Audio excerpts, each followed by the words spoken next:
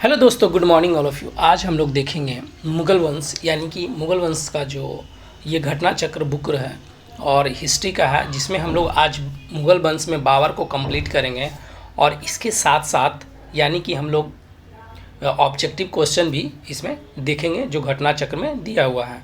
चलिए बिना देर किए हुए हम लोग आगे बढ़ते हैं। अगर मेरे चैनल पर नए हैं तो चैनल को लाइक और सब्सक्राइब जरूर करिएगा। तो पहला है मुग़ल वंश, ठीक है। मुग़ल वंश में कौन सा, ये बाबर हो जाएगा यहाँ पे, ठीक है। ये घटना चक्र बुक है।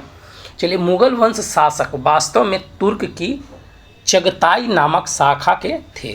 तो यहाँ से हम लोग एक क्वेश्चन आ जाएगा क्या कि जो मुग़ल वंश जो शासक था वो तुर्कों की यानी तुर्क के थे और चगताई नामक शाखा से ये थे। कौन सा शाखा से थे?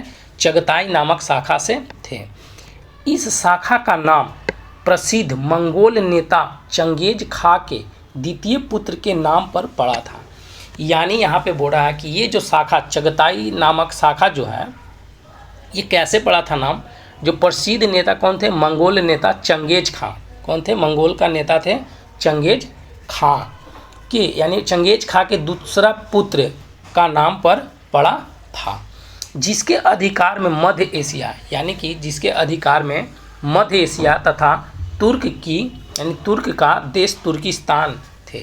यानी कि उसके अधिकार में आता था कौन सा? मध्य एशिया आता था। ये मध्य एशिया और तुर्किस्तान भी आता था। बाबर का पूरा नाम जहीरुद्दीन मोहम्मद बाबर था। याद रखिएगा कि बाबर का जो पूरा नाम था जहीरुद्दीन मोहम्मद बाबर था। इसका जन्म जो हुआ था 14 फरवरी 1483 को हुआ था। याद रखिएगा कि जन्म जो हुआ था 14 फरवरी 1483 को फरगना में हुआ था। ये क्वेश्चन पूछता है और इसका ये जो नाम है वो भी पूछता है। यानी कि बाबर का नाम क्या होगा? जहीरुद्दीन मोहम्मद बाबर, और इसका जन्म हो गया 14 फरवरी 1483 में, जो फरगना में हुआ था। फरगना में उमर शेख मिर्ज़ा, है ना, कौन से? उमर शेख मिर्ज़ा के एवं कुतलुग निगार खानम के घर में हुआ था। यानी कि उमर शेख मिर्ज़ा एवं कुतलुग निगार खान के घर में हुआ था। किनका? बाबर का जन्म हुआ था। बाबर का अगर नाम पूछेगा जहीरुद्दीन मोहम्मद बाबर है। कब जन्म हुआ? 14 फरवरी 1483 को हुआ था। कहाँ? तो ये फरगना में हुआ था। इनका किनके यहाँ हुआ था? उमर शेख मिर्ज़ा और तुगलक निगार खानम के घर में हुआ था। पिता की मृत्यु के बाद लगभग 11 वर्ष की अल्पायु, यानी कि इनके पिता का मृत्यु के लगभग 11 वर्ष के अल्प आयु में 1494, देखिए 1494 में वह फरगना के सिंहासन पर बैठा। देखिए ये फरगना में इनका जन्म हुआ, यानी बाबर का जो जन्म हुआ कब? फरगना में हुआ था और फरगना में ही सिंहासन में बैठा। यानी ये सिंहासन पे बैठा कब? 11 वर्ष के उम्र में। कब? जब इसके पिताजी मर गए तब। चलिए, उसके बाद है सैबानी खां। सैबानी खां ने 1501 में सर ए पुल के युद्ध में बाबर को पराजित कर मध्य एशिया से खदेड़ दिया। देखिए मध्य एशिया में तो इन लोग का ये था शासन, ठीक है। लेकिन सैबानी खां, क्या नाम है इसका? सैबानी, है ना, ये है सैबानी खां। सैबानी खां जो है 1501 ईस्वी में, कब? तो 1501 ईस्वी में सर ए पुल के, है ना, सर ए पुल के युद्ध में। कौन सा युद्ध हुआ था? 1501 में सर ए पुल। और इसमें क्या हुआ कि बाबर को पराजित कर दिया। कौन पराजित किया था? सैबानी खां ने। कब? तब 1501 में। और इससे यानी बाबर से, ठीक है, यहाँ पे क्या हो गया? बाबर, तब बाबर से क्या हुआ कि मध्य एशिया, है ना, मध्य एशिया को छीन लिया। यानी बाबर को मध्य एशिया से क्या किया? भगा दिया यहाँ से खदेड़ कर। कौन? तो ये सैबानी खां। इस युद्ध में उज्बेगों, है ना, उज्बेगों की युद्ध नीति तुगलमा पद्धति का प्रयोग सैबानी खां ने बाबर के विरुद्ध किया था। देखिए ये जो युद्ध हुआ, यानी कौन सा युद्ध हुआ? सर ए पुल, है ना, सर ए पुल हुआ 1501 में। और वहीं पे इस युद्ध में उज्बेगों की युद्ध नीति, यानी कि इन लोगों का जो नीति था उसको बोला गया क्या? तुगलमा पद्धति। तुगलमा पद्धति यानी कि युद्ध का ये पद्धति है, कैसे कैसे अरेंज करके वो लोग से लड़ते हैं, वो यानी कि पद्धति को अपना कर सैबानी खां ने बाबर को विरुद्ध किया था, यानी बाबर के विरुद्ध किया था। तो तुगलमा नीति जो सबसे पहले कौन यूज़ किया यहाँ पे, तो सैबानी खां किसके विरुद्ध किया था, तो बाबर के विरुद्ध किया था। चलिए 1504 ईस्वी में काबुल विजय, 1504 ईस्वी में काबुल विजय एवं 1506 ईस्वी या 7 ईस्वी में बाबर ने अपने पूर्वजों द्वारा धारण की गई उपाधि मिर्जा, यानी कि बाबर का जो खानदानी जो चल रहा था पूर्वज उपाधि चल रहा था मिर्जा, उसको क्या किया, बाबर है जो त्याग देता है, बाबर है जो है ना त्याग कर नई उपाधि कौन सा धारण करता है, पादशाह, यानी कि बाबर है जो मिर्जा का उपाधि त्याग देता है, जो मिर्जा इसके यानी कि पूर्वज रखते थे, ठीक है, इनका टाइटल यानी उपाधि रहता था मिर्जा, लेकिन बाबर है जो क्या किया, उपाधि को नहीं माना और ये पादशाह की धारण किया। आलम खां इब्राहिम लोदी का चाचा था। यहाँ याद रखिएगा क्या कि आलम खां जो है इब्राहिम लोदी का चाचा था। उसने दिल्ली के राज सिंहासन पर अपना अधिकार जताते हुए बाबर को एक बार आक्रमण के लिए आमंत्रित किया था। देखिए आलम खां जो हो गया इब्राहिम लोदी के चाचा हो गया, यहाँ दिल्ली में अब आ गया, ठीक है, यानी इब्राहिम लोदी है जो दिल्ली में यानी कि शासक था, ठीक है, यहाँ पे था। और आलम खां जो है, आलम खां इब्राहिम लोदी का चाचा था। उसने दिल्ली के राज सिंहासन पर अपना अधिकार जताते हुए, ठीक है, बाबर को भारत पर आक्रमण करने के लिए आमंत्रित किया। ये क्वेश्चन पूछता है कि बाबर को यानी भारत पर आक्रमण करने के लिए कौन आमंत्रण दिया था, तो यही आलम खां दिया था। कौन, आलम खां। और ये कौन था, इब्राहिम लोदी के चाचा। अब है कि दिल्ली यानी कि दिल्ली के राज सिंहासन पर आक्रमण करने भारत में आ जाता है बाबर। 1524 में बाबर के चौथी बार भारत अभियान के दौरान दिल्ली के सुल्तान इब्राहिम लोदी तथा पंजाब के गवर्नर दौलत खां, है ना, पंजाब के गवर्नर दौलत खां के मध्य कट्टू संबंध हो गए थे। देखिए अब ये तो बुला लिया, यानी कि आलम खां जो है यानी इब्राहिम लोदी के चाचा आलम खां हुआ जो बाबर को बुलाता है भारत पर आक्रमण करने के लिए। अब क्या है कि 1524 में बाबर के चौथी बार, यानी कि 1524 में जो था आक्रमण, चौथी बार भारत अभियान के दौरान दिल्ली के सुल्तान कौन, इब्राहिम लोदी तथा पंजाब के गवर्नर कौन था, दौलत खां के मध्य कट्टू संबंध हो गए थे। चलिए उसके बाद हम लोग देखेंगे सुल्तान इब्राहिम लोदी ने दौलत खां को राजधानी आने का आदेश दिया।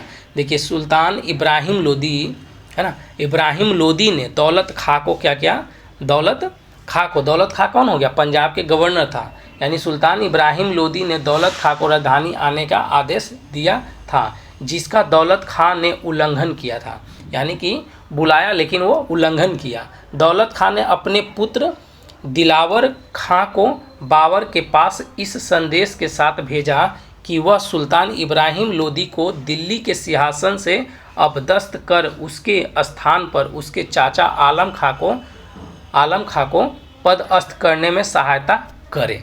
अब देखिए यहाँ से क्या करता है कि इसका जो बेटा रहता है ना, वो यानी सिंपल सा यहाँ समझिए कि ये जो यानी आलम खां जो हो गया, आलम खां को वहाँ पे दिल्ली के सल्तनत पर बैठाना इसको चाह रहा था, है ना, इसीलिए यानी कि भतीजा से ही तो लड़ रहा था ना, तो यहाँ पे ये आ जाता है। फिर से इसको हम पढ़ देते हैं, ठीक है। दौलत खां ने अपने पुत्र कौन, दौलत खां के अपना पुत्र कौन हो गया, ये दिलावर खां, है ना, दिलावर खां को बाबर के पास इस संदेश के साथ भेजा कि वह सुल्तान इब्राहिम लोदी को, है ना, सुल्तान जो था इब्राहिम लोदी को दिल्ली के सिंहासन से अपदस्थ करके उसके स्थान पर चाचा आलम खां को पदस्थ करने में सहायता करे। मेन है बाबर को बुला रहा था कि यहाँ पे हम उससे लड़ेंगे और हम यहाँ पे राजा बन जाएंगे।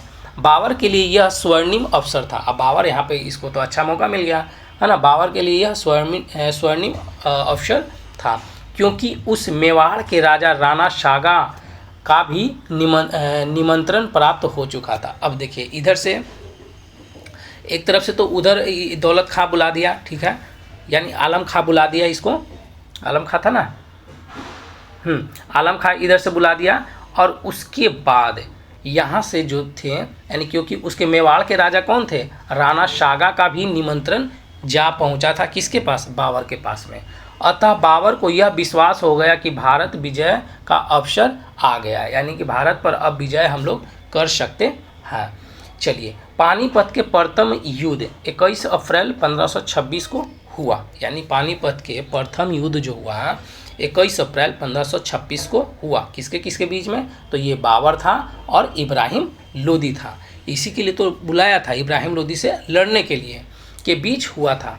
बाबर के पास विशिष्ट सुविधाएं थी, बाबर के पास में जो बहुत सारा सुविधा थी। उसके तोपखाने ने युद्ध, है ना, इस युद्ध में आश्चर्यजनक कार्य किया था। यानी कि जो तोप था, बाबर के पास में जो तोप था वो सबसे अच्छा काम किया था। इब्राहिम लोदी की सेना संख्या में अधिक होते हुए भी चलिए, यहाँ से नहीं दिख रहा है, आगे हम देखते हैं। चलिए, उसके बाद हम क्वेश्चन आते हैं सेकंड में। इस युद्ध में बाबर की सफलता का सबसे प्रमुख कारण उसका विशाल तोपखाना था, ठीक है, जिसके नेतृत्व में, यानी कि उसका तोपखाना था, ठीक है, जिसके नेतृत्व में उस्ताद अली नामक व्यक्ति कर रहा था। यानी कि जो तोपखाना का जो नेतृत्व कौन कर रहा था? उस्ताद अली कुली नामक व्यक्ति कर रहा था। ये हो गया तोपखाना का। बंदूक चियों, यानी बंदूक चलाने का नेतृत्व जो था मुस्तफ़ा कर रहा था। कौन? ये क्वेश्चन पूछता है कि बंदूक चलाने वाला कौन था? मुस्तफ़ा था। और तोपखाना का कौन? उस्ताद अली कुली था। बाबर की उदारता के कारण लोगों ने उस कलंदर की उपाधि प्रदान की। यानी कि उस टाइम उसको क्या क्या, उदारता के कारण कलंदर की उपाधि प्रदान की। वर्तमान में भारत सर्वप्रथम पानीपत की पहली लड़ाई में तोपों का प्रयोग किया था। यानी वर्तमान जो भारत है इसमें सबसे पहले पानीपत के जो प्रथम लड़ाई हुई उसमें तोपों का प्रयोग किया गया था। चलिए, उसके बाद देखते हैं। बाबर ने खानवा के युद्ध में जिहाद की घोषणा की थी। देखिए, यानी कि बाबर है जो खानवा का जो युद्ध हुआ था 1527 में, जिहाद का युद्ध यानी घोषणा किया था। जिहाद का मतलब होता है धर्म युद्ध, है ना, दिया था। खानवा का युद्ध 16 मार्च 1527 को हुआ। यानी खानवा के युद्ध जो हुआ 16 मार्च 1527 को हुआ। किसके किसके? तो बाबर तो पक्का रहेगा और इधर से राणा सागा। यानी पानीपत के जो प्रथम लड़ाई हुआ वो बाबर और कौन था? इब्राहिम लोदी था, ठीक है। जब ये खानवा का युद्ध होता तो बाबर तो रहेगा ही, लेकिन यहाँ पे राणा सागा हो गया, ठीक है, के बीच में हुआ था। इस युद्ध में राणा सागा पराजित हुआ। इसमें क्या होगा? राणा सागा है जो पराजित हुआ। इसी युद्ध में विजय श्री मिलन, है ना, मिलने के उपरांत, यानी विजय श्री मिलने के उपरांत बाबर ने गाजी, यानी कि ये जो विजय प्राप्त हुआ इसको बाबर को, तो ये गाजी यानी काफिरों को मारने वाला, गाजी का मतलब क्या हो गया? काफिरों को मारने वाला की उपाधि धारण कर लिया। देखिए, यानी कि यहाँ से बाबर है जो अब गाजी का, किसका? गाजी का उपाधि है जो धारण कर लेता। और गाजी का मतलब होता है काफिरों को मारने वाला। 1528 ईस्वी में बाबर ने चंदेरी के किले पर अधिकार कर लिया। देखिए, तो 1528 में बाबर है जो चंदेरी के किले पर क्या किया? अधिकार कर लिया है। युद्ध में मेदिनी राय मारा गया। यानी कि ये जो चंदेरी का युद्ध हुआ उसमें मेदिनी राय है जो मारा गया। घाघरा का युद्ध 5 मई 1529 को हुआ था। घाघरा का युद्ध कब हुआ? तो 5 मई 1529 को हुआ। बाबर और महमूद लोदी के बीच में हुआ था। बाबर और महमूद लोदी के मध्य हुआ था। इस युद्ध में बाबर विजय हुआ। बाबर का यह अंतिम युद्ध था। यानी कि बाबर का अंतिम युद्ध हो गया कौन सा? घाघरा का युद्ध। अपने इस विशाल साम्राज्य की शासन व्यवस्था को सही ढंग से चलाने के लिए बाबर ने एक प्रदेश से दूसरे में अलग अलग व्यवस्था की थी। भारत से बाहर बदखसा, है ना, बदखसा का शासन हुमायूं, यानी कि भारत से जो बाहर था कौन सा था? बदखसा का शासन जो था हुमायूं, मीर फ़ख्र अली हिंदाल तथा मिर्ज़ा सुलेमान को प्रदान किया था। कामरान को काबुल, यानी कामरान को काबुल दे दिया। कंधार एवं मुल्तान का प्रशासन दिया था। यानी कामरान को कौन कौन सा मिला? काबुल मिला, कंधार मिला और मुल्तान का प्रशासन मिला था। मीर यूसुफ अली को पंजाब का गवर्नर नियुक्त किया गया। मीर यूसुफ अली को पंजाब का गवर्नर नियुक्त किया गया, जिनके नेतृत्व में भीरा, लाहौर, दीपालपुर, सियालकोट, सरहिंद, हिसार फिरोज सम्मिलित थे। यानी कि यहाँ पे क्या होगा, मीर यूसुफ आदिल को पंजाब के गवर्नर नियुक्त किया गया, जिसके नेतृत्व में कौन सा था, तब भीरा, लाहौर, दीपालपुर, सियालकोट, सरहिंद, सियार फिरोज सम्मिलित थे। फिर उसके बाद सिहास यानी हिसार फिरोजा से लेकर बलिया तक के प्रदेश या बैना, चंदेरी एवं गलियारा तक के प्रदेशों में बाबर ने एक नवीन शासन व्यवस्था कार्यान्वित किया था। चलिए, इस प्रकार बाबर का साम्राज्य बदखसा से बिहार तक फैला हुआ था।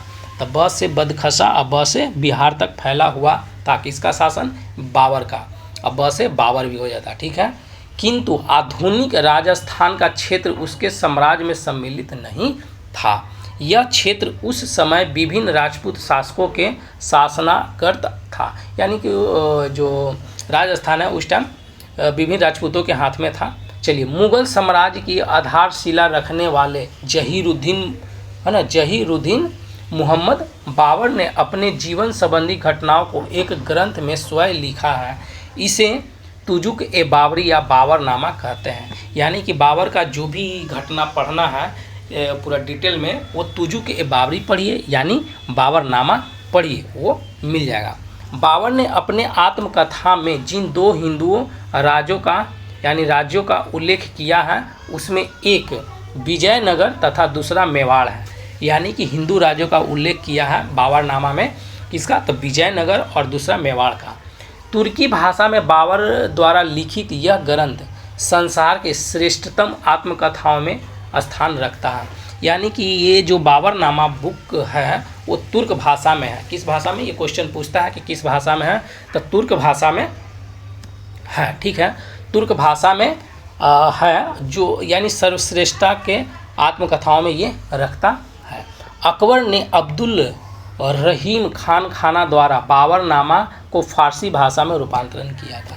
यानी अकबर जो है वो अब्दुल रहीम खान खाना द्वारा, यानी कि ये इसको ट्रांसलेट किया, बाबरनामा को ट्रांसलेट किया फारसी भाषा में, यानी तुर्की भाषा से फारसी भाषा में जो ट्रांसलेट किया अब्दुल रहीम खान खाना करवाया, ठीक है। इसके अतिरिक्त बाबर द्वारा पद रचनाओं का संकलन यानी दीवान में किया है, जो तुर्कों के मध्य में श्रेष्ठ स्थान रखता है। पद में उसने एक नवीन शैली मुयान लिखा, जो मुस्लिम कानून की पुस्तक है। यानी कि एक उसका नया शैली है मुबैयान लिखा, जो ये मुस्लिम कानून की पुस्तक है बाबर की। चलिए, उसके बाद आता है हम लोग का क्वेश्चन। चलिए, हम लोग अब देखेंगे यहाँ पे क्या कि बाबर ने, इसको थोड़ा जूम कर लेते हैं, ठीक है। बाबर को भारत पर आक्रमण करने के लिए आमंत्रित करने वाले में से एक आलम खां है ना, आलम खां है, ठीक है। तो यहाँ से हम लोग देखेंगे आलम खां है। देखिए, इब्राहिम लोदी से संबंधित थे, वह दिल्ली के राज सिंहासन के दावेदार थे। देखिए, आलम खां इब्राहिम लोदी के संबंध थे, जिसमें दुर्व्यवहार किया था तथा उस देश से निष्कासित नहीं था। ये दिलवार खान, जिसे इब्राहिम लोदी के हाथ में कुर्ता नहीं, पंजाब के उत्तराधिकारी, पंजाब के नहीं, तो ये कौन सा हो जाएगा, ये वाला हो जाएगा, ठीक है। इब्राहिम लोदी के संबंधी थे, इब्राहिम लोदी के कौन, आलम खां जो था संबंधी था, यानी कौन था, ये चचा था ना, चाचा था, तथा वह दिल्ली के राज सिंहासन के दावेदार थे। यानी कि जो इब्राहिम लोदी के चचा कौन था, आलम खां, और ये कहता था कि हम दिल्ली के मतलब राज सिंहासन पर बैठेंगे, इसीलिए आलम खां जो किसको आमंत्रित किया था, तो ये बाबर को आमंत्रित किया था। चलिए, इसमें देखते हैं डिटेल।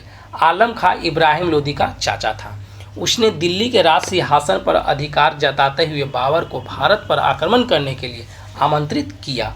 1524 में बाबर की चौथी बार अभियान के दौरान दिल्ली के सुल्तान इब्राहिम लोदी तथा पंजाब के गवर्नर दौलत खां के मध्य कट्टु संबंध हो गए थे। सुल्तान है ना, सुल्तान इब्राहिम लोदी ने दौलत खां को राजधानी आने का आदेश दिया था। यानी सुल्तान इब्राहिम लोदी है जो दौलत खां को, है ना, दौलत खां जो पंजाब के था ना, दौलत खां को आमंत्रित किया लेकिन वो नहीं जाता, उल्लंघन कर, जिसका दौलत खां उल्लंघन किया। फिर दौलत खां ने अपने पुत्र दिलावर खां को बाबर के पास इस संदेश के साथ भेजा कि वह सुल्तान इब्राहिम लोदी को दिल्ली के सिंहासन से, है ना, इब्राहिम लोदी को दिल्ली के सिंहासन से अपदस्थ करके उसके स्थान पर उसके चाचा आलम खां को पदस्थ करने में सहायता करे। बाबर के लिए यह स्वर्णिम अवसर था क्योंकि उसे मेवाड़ के राजा राणा सांगा भी निमंत्रण प्राप्त हो चुका था। यानी बाबर को है जो राणा सांगा भी मतलब चिट्ठी दे चुका था कि आइए यहाँ लड़ने के लिए। बाबर को यह विश्वास हो गया कि भारत विजय का अवसर आ गया है। चलिए उसके बाद हम लोग देखेंगे मध्यकालीन भारत में मुगल शासक वस्तुतः थे। तो ये कौन हो जाएगा, तो मध्यकालीन में जो मुगल हो जाए कौन, फारसी नहीं, अफगानी नहीं, ये कौन है, अफगानी नहीं, तो ये चगताई तुर्क थे। कौन से थे, चगताई तुर्क थे। ठीक है, ये भी नहीं होगा, बाकी यानी सी हो जाएगा। चलिए क्वेश्चन नंबर 3, इसका डिटेल देखते हैं। मुगल शासक वास्तव में तुर्कों की चगताई नामक शाखा के थे। इसका शाखा का नामकरण मंगोल नेता चंगेज खां के दूसरा पुत्र के नाम पर पड़ा था, जिसके अधिकार में मध्य एशिया और तुर्कों की देश तुर्किस्तान भी आता था। चलिए क्वेश्चन नंबर आते हैं 3 में। इनमें से किसने बाबर के सर ए पुल के युद्ध में पराजित किया था। तो सर ए पुल के जो युद्ध हुआ था, है ना, ये कौन था, सैवानी खां था, है ना, पढ़े थे हम लोग उधर, सैवानी खां था। चलिए उसके बाद हम लोग देखेंगे, इसका डिटेल पढ़ लेते हैं। सैवानी खां ने 1501 ईस्वी में सर ए पुल के युद्ध में बाबर को पराजित कर मध्य एशिया से खदेड़ दिया था। 1501 में जब बाबर और सैवानी खां जब लड़ा था तो बाबर को पराजित कर दिया था। क्यों, क्योंकि यहाँ पे तुगलमा नीति का भी प्रयोग किया था। कौन, तो ये तुगलमा नीति का जो प्रयोग किया था सैवानी खां। इस युद्ध में उज्बेकों की युद्ध नीति तुगलमा पद्धति का प्रयोग सैवानी खां ने बाबर के विरुद्ध किया था। चलिए क्वेश्चन नंबर 4, किस मुगल शासक ने भारत में ऑटोमन युद्ध पद्धति को अपनाया था। तो ये कौन था, ऑटोमन पद्धति बाबर था। ठीक है, झारखंड पीसीएस में पूछा हुआ है। मुगल शासक बाबर ने भारत में ऑटोमन युद्ध पद्धति को पानीपत के प्रथम युद्ध 1526 में अपनाया था।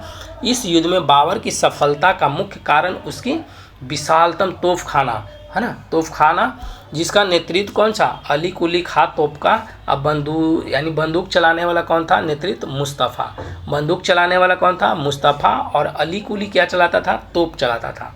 चलिए पानीपत के प्रथम युद्ध किसके मध्य में हुआ था। तो बाबर राणा सांगा, जी नहीं, बाबर और ये नहीं, यानी कि बाबर और राणा सांगा नहीं होगा, यानी ये नहीं होगा। बाबर और हेमू नहीं होगा। बाबर और हुमायूं ये भी नहीं होगा। बाबर और इब्राहिम लोदी के बीच में हुआ था। ठीक है, बाबर और इब्राहिम लोदी के बीच में हुआ था। पानीपत के प्रथम युद्ध 21 अप्रैल 1526 को बाबर तथा इब्राहिम लोदी के बीच में हुआ था। बाबर के पास विशिष्ट सुविधाएं थी, जैसे तोपखाने। इस युद्ध में आश्चर्यजनक कार्य किया गया था। इब्राहिम लोदी की सेना संख्या में अधिक होते हुए पराजित हुआ। देखिए इब्राहिम लोदी जो था दिल्ली के शासक था, है ना, उसके पास बहुत सारा क्या बोलते हैं यानी सेना था, फिर भी वो हार गया। क्यों, क्योंकि इसके पास नया टेक्नोलॉजी था उस टाइम के लिए, तोपखाना था, है ना। इब्राहिम लोदी रण क्षेत्र में मारा गया था। देखिए तो क्वेश्चन पूछता है कि कौन है जो रण क्षेत्र में मारा गया, तो इब्राहिम लोदी है जो रण क्षेत्र में मारा गया। फलस्वरूप दिल्ली और आगरा पर बाबर का अधिकार हो गया, और दिल्ली और आगरा पर किसका अधिकार हो गया, बाबर का।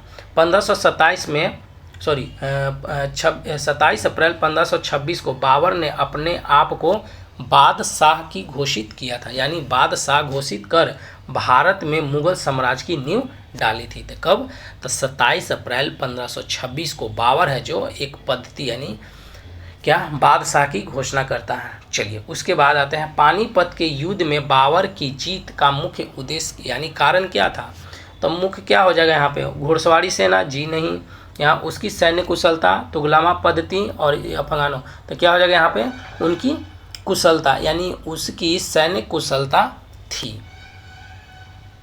चलिए, पानीपत की प्रथम लड़ाई 21 अप्रैल 1526 को बाबर और इब्राहिम लोदी के बीच में हुआ था, जिसमें अपनी सैन्य कुशलता के बल पर बाबर ने विजय प्राप्त किया। बाबर की सैन्य संख्या लोदी की सेना से क्या था, यानी कि लोदी की सेना से कम थी, फिर भी कुशल सैनिक नीति के चलते विजय श्री ने उसका वर्णन किया। इब्राहिम लोदी स्वयं एक अनुभव शून्य व्यक्ति था। बाबर लिखता है कि वह अनुभवहीन व्यक्ति था, यानी उसको अनुभव नहीं था, जो अपने गतिविधियों में बड़ी असावधानी रखता था। वह बिना किसी व्यवस्था के आगे बढ़ता था, रुकता, अब बिना किसी दूरदर्शिता के संघर्ष में लीन हो जाता। यानी कि जैसे निकला, कैसे चोर आ गया घर में और उठा पुठा और चल दिया मारने, तो वो तो मारा ही जाएगा ना। चलिए, उसके बाद आते हैं हम लोग क्वेश्चन नंबर 7। बाबर की इब्राहिम लोदी पर विजय का कारण था।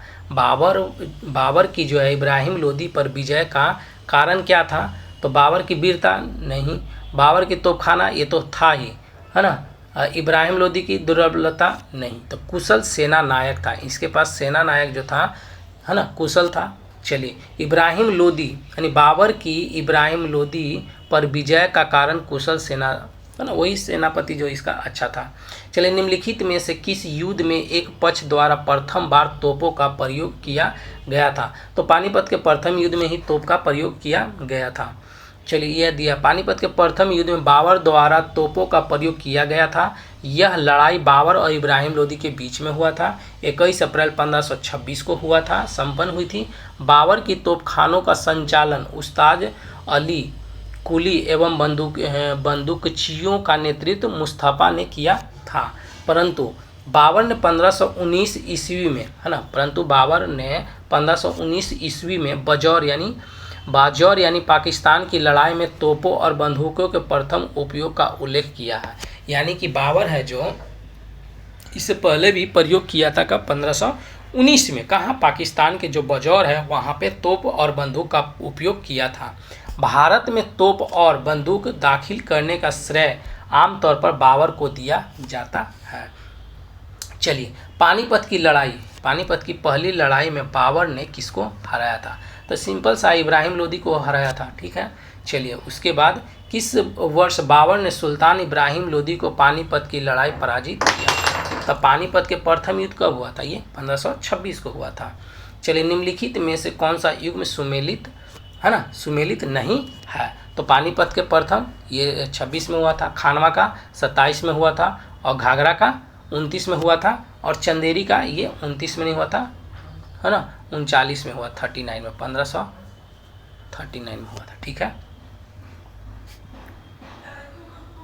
चलिए, उसके बाद हम लोग देखेंगे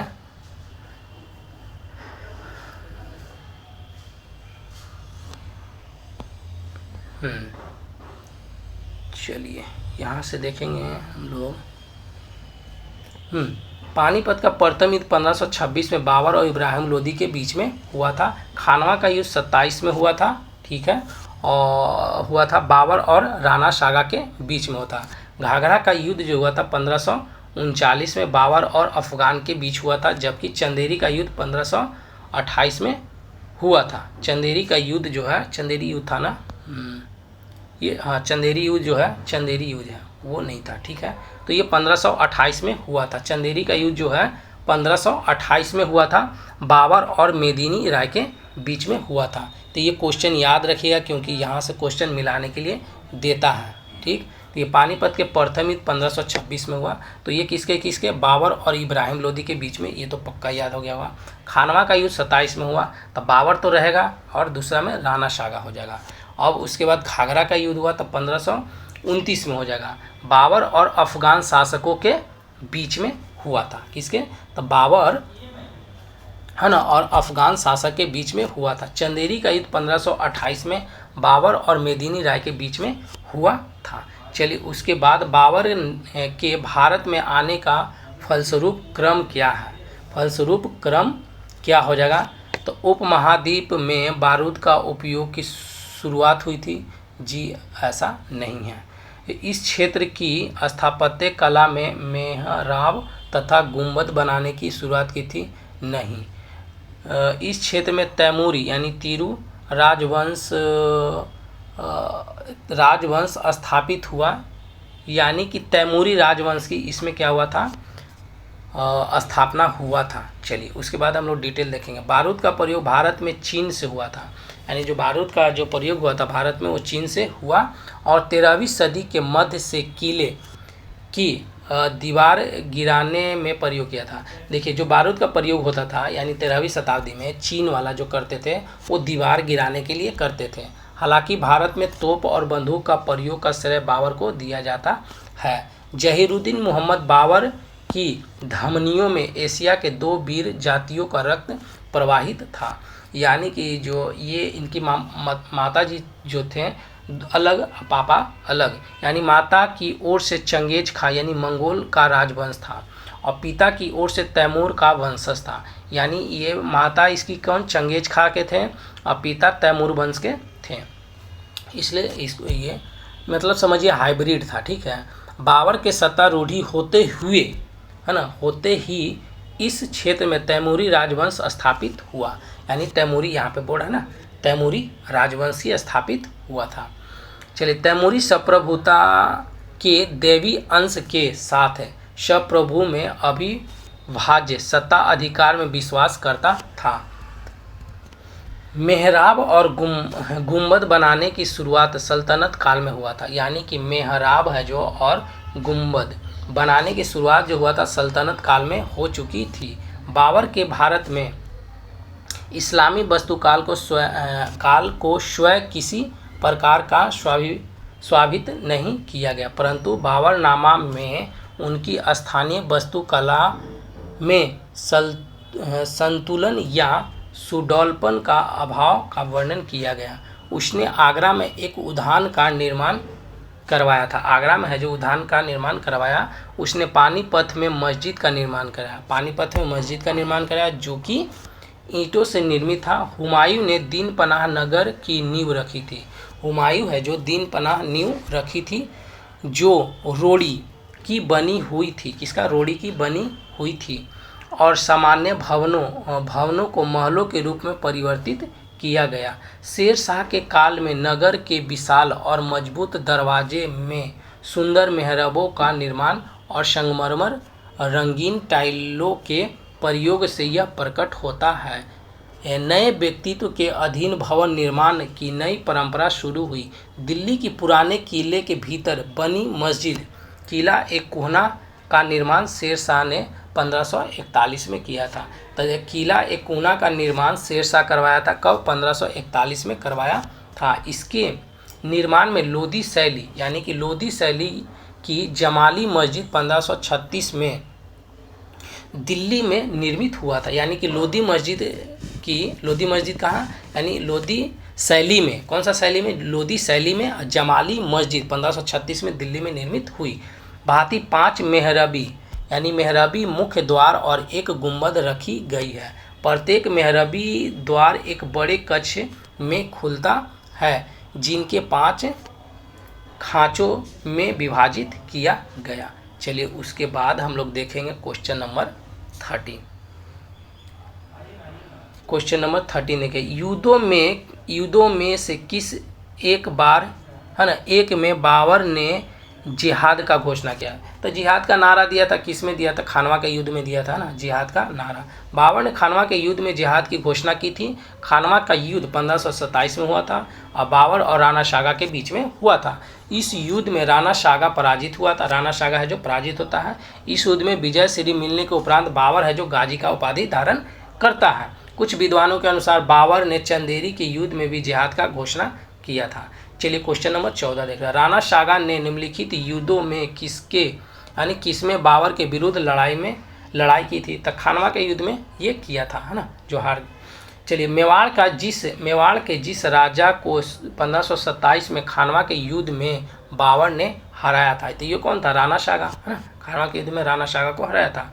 खानवा के युद्ध में कौन पराजित हुआ था? सिंपल सा राणा सागा हो जाएगा, ठीक है, राणा प्रताप नहीं, राणा सागा।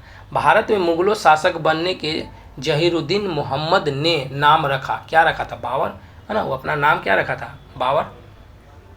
यानी कि भारत में मुगल शासक बनने पर जहीरुद्दीन मोहम्मद ने बाबर नाम रखा था। चलिए उसके बाद हम लोग देखेंगे क्वेश्चन नंबर हो जाएगा, इसमें दिया हुआ है, अच्छा से डिटेल्स दिया हुआ है।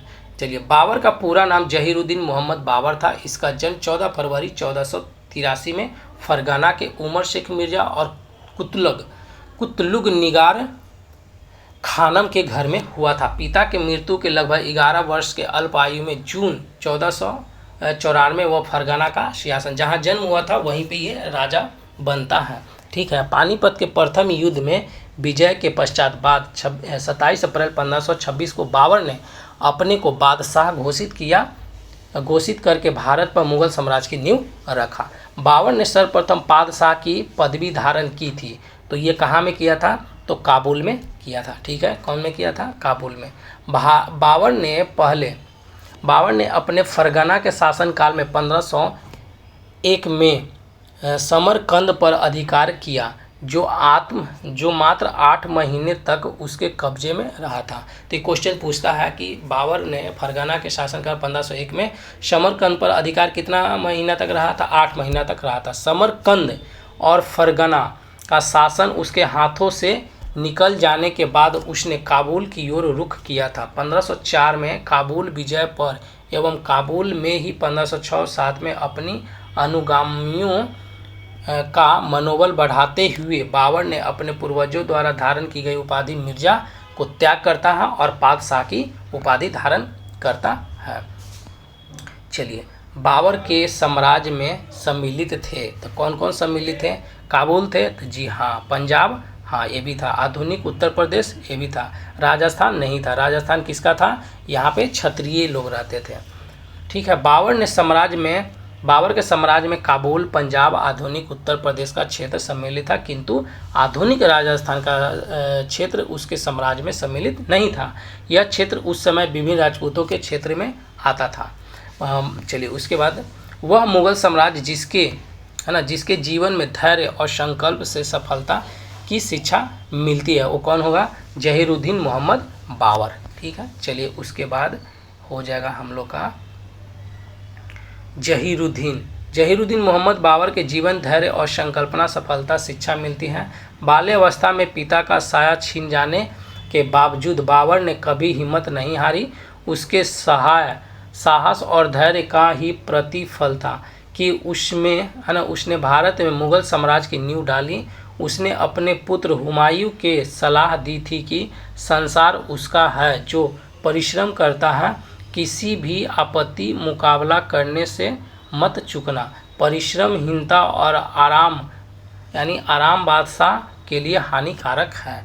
यानी कि वो बोले जो मेहनत करेगा उसी का यहाँ पे संसार है। यानी जो ये किसको बोला था? हुमायूं को बोला था। बाबर ने अपने बाबरनामा में किस हिंदू राज्य का उल्लेख किया था? तो 2 था ना, यानी मेवाड़ है और एक और था कौन सा? विजयनगर। बाबर ने अपनी आत्मकथा जिन 2 हिंदू राज्यों का उल्लेख किया उनमें से एक विजयनगर था, दूसरा मेवाड़ था। बाबर लिखता है कि जब हम लोग काबुल में ही थे तो राणा सागा यानी मेवाड़ का शासक ने उपस्थित होकर उसकी ओर से निष्ठा प्रदर्शित की थी और यह निश्चय किया था कि सम्मानित बादशाह इस ओर से दिल्ली के समीप पहुंच जाए, मैं राणा सागा इस ओर से आगरा पर आक्रमण कर दूंगा। तुर्की भाषा में बाबर द्वारा लिखी गई ग्रंथ संसार का सर्वश्रेष्ठ आत्मकथा माना जाता है, ठीक है। चलिए उसके बाद हम लोग देखेंगे क्वेश्चन नंबर क्या है? 22, ठीक है। इसमें क्या हो जाएगा? 22 कथन निष्कर्ष है इसमें। तो यहाँ पे क्या हो जाएगा कि बाबर ने बाबरनामा तुर्की भाषा में लिखा है, सही है। तुर्की मुगल दरबार की राजभाषा थी? नहीं, तुर्की मुगल की ये नहीं होगा, है ना। तो यानी केवल 1 नंबर हो जाएगा, ठीक है। 1 सही 2 गलती है ना, यानी कि कौन सा? C नंबर हो जाएगा, चलिए, मुगल साम्राज्य की आधारशिला रखने वाली जहीरुद्दीन मोहम्मद बाबर ने अपने जीवन संबंधी घटनाओं को एक ग्रंथ में स्वयं ही लिखा। इसे तुजुक ए बाबरी या बाबरनामा कहते हैं। यह किताब तुर्की भाषा में लिखी गई थी, किंतु तुर्की मुगल दरबार की राजभाषा नहीं थी, अपितु यह सम्मान फारसी को प्राप्त था, यानी कि वह फारसी भाषा थी। चलिए, उसके बाद हम लोग, ये लास्ट क्वेश्चन हो गया है ना। चलिए, एक और दो क्वेश्चन है। तुजुक ए बाबरी किस भाषा में लिखी गई थी? तो तुजुक यानी त से तुजुक, त से तुर्की, याद रखें, त से तुजुक, त से तुर्की। अयोध्या स्थित बाबरी मस्जिद का निर्माण किसने करवाया था? तो मीर बाकी ने करवाया था। यानी अयोध्या में स्थित है जो बाबरी मस्जिद का निर्माण कौन कराया था? कौन हो जाएगा ये? तो मीर बाकी ने किया था। चलिए, ऐसी मान्यता है कि मुगल बादशाह बाबर के सेना नायक मीर बाकी अयोध्या में बाबरी मस्जिद का निर्माण कराया था। अगर मेरे वीडियो अच्छा लगता है तो चैनल को लाइक और सब्सक्राइब जरूर करिएगा। अगला जो वीडियो हम लाएंगे तो ये हुमायूं और शेर शाह का वीडियो यानी कि रहेगा, जिसमें जो भी घटना चक्र का रहेगा वो हम कंप्लीट कर देंगे। तब तक के लिए धन्यवाद।